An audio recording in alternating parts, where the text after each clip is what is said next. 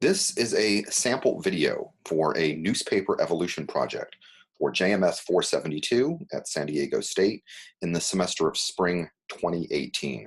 The class is about media, technology, and society.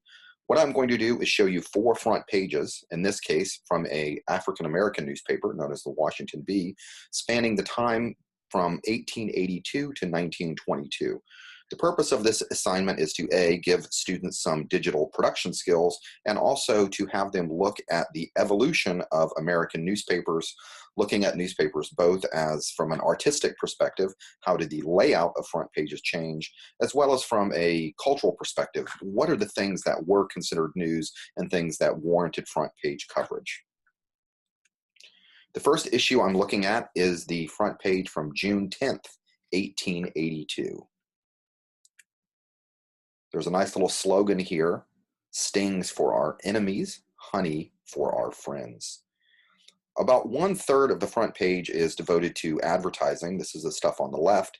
The editorial content is over on the right, about 2/3 editorial, 1/3 advertising. This big ad here, spanning 2 columns, is the only thing that spans 2 columns, an ad for clothing.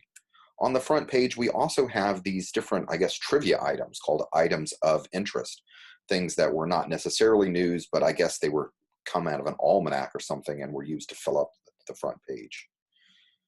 Other than the one sketch of a politician, the only graphic we have is this little tiny graphic, medicine, some type of patent medicine.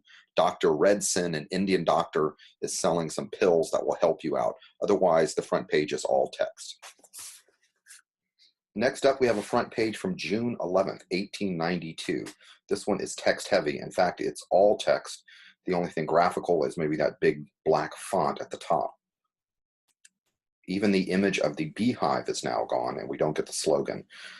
Much of the front page is taken up by one article, The Afro-American and the Fair, about an upcoming World's Fair and the lack of representation of African Americans.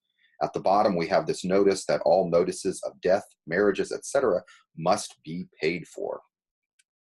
Now we have a front page, October 1st, 1910. Now we get the introduction of photographs. A lot of different news stories, no advertisements on the front page, and the beehive image is now back. We have an article about Emancipation Day, a topic that, of course, would be of interest in an African American newspaper. There have, in fact, been a number of days used to celebrate Emancipation Day. Juneteenth seems to be the day that is currently fashionable to celebrate emancipation. We have a photograph here of a district attorney, a photograph here of a gentleman who's opening a new school. And then we also have some society news called Paragraphic News, written by Miss G.B. Maxfield, news about different people in the community. Next up, we have our final one, January 21st, 1922. This looks like the layout of what I would consider to be a modern newspaper that most of us have been familiar with. We have big headlines spanning more than one column. We have a photograph. We have a mixture of things, but we do not have ads. We do get a story about Gandhi on the front page. There's also a warning. They reprint a letter here. A man selling records specifically says he does not want to deal with any black customers. So the newspaper here is warning their readers not to deal with this gentleman.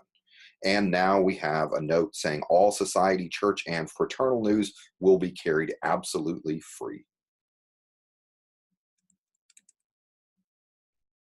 There it is, the summary of 4 front pages of the Washington Bee.